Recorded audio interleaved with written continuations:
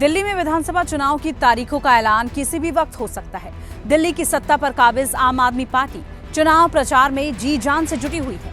आम आदमी पार्टी ने सबसे पहले उम्मीदवारों के नाम का ऐलान भी कर दिया है और पार्टी अरविंद केजरीवाल को ही अगले मुख्यमंत्री के चेहरे के रूप में पेश भी कर रही है। वहीं बीजेपी और कांग्रेस इस मामले में पिछड़ती हुई दिख रही है। बीजेपी और कांग्रेस ने अब तक मुख्यमंत्री के चेहरे का ऐलान तक नहीं किया है। अरविंद केजरीवाल ने पिछले 10 सालों में दिल्ली की राजनीति में अपनी गहरी छाप छोड़ी है। उनकी सरकार की शिक्षा, स्वास्थ्य, बिजली और पानी जैसी योजनाओं ने कहीं ना कहीं आम जनता का विश्वास जीता है। इसके विपरीत बीजेपी के पास ऐसा कोई चेहरा नहीं है जो केजरीवाल की लोकप्रियता को चुनौती दे सके।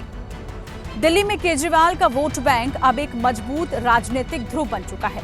आम आदमी पार्टी ने गरीबों, महिलाओं और मध्य वर्ग के लिए ऐसी योजनाएं लागू की है जिन्होंने उन्हें केजरीवाल बैंक का हिस्सा बना दिया है।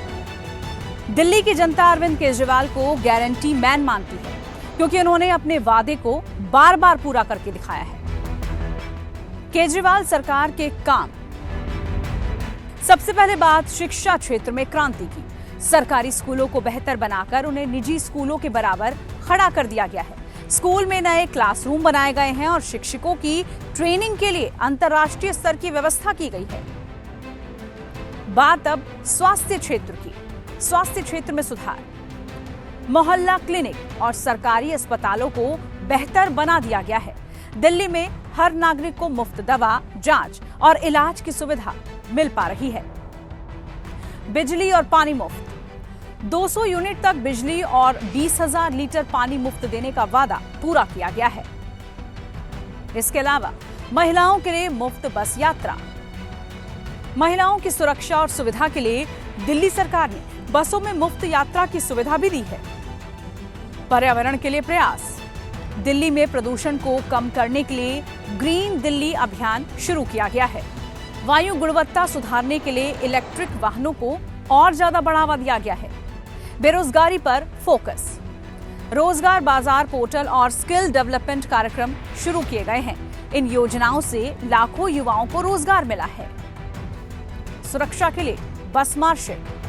दिल्ली की बसों में महिला सुरक्षा के लिए बस में मार्शल तैनात किए गए हैं। सड़कों और परिवहन का विकास किया गया। दिल्ली की सड़कों को विश्व स्तरीय बनाने का वादा भी किया गया है। कई फ्लाईओवर और सड़कों का निर्माण करवाया गया है। दिल्ली सरकार ने महिलाओं के लिए महिला सम्मान योजना की भी शुरुआत कर दी है। इस योजना में महिलाओं को फिलहाल हर महीने 1,000 रुपए की आर्थिक राशि दी जाएगी।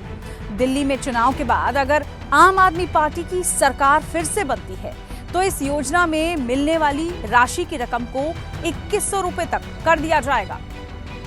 इतना ही नहीं, दिल्ली की आप सरकार ने वरिष्ठ नागरिकों के लिए संजीवनी योजना की भी शुरुआत कर दी है।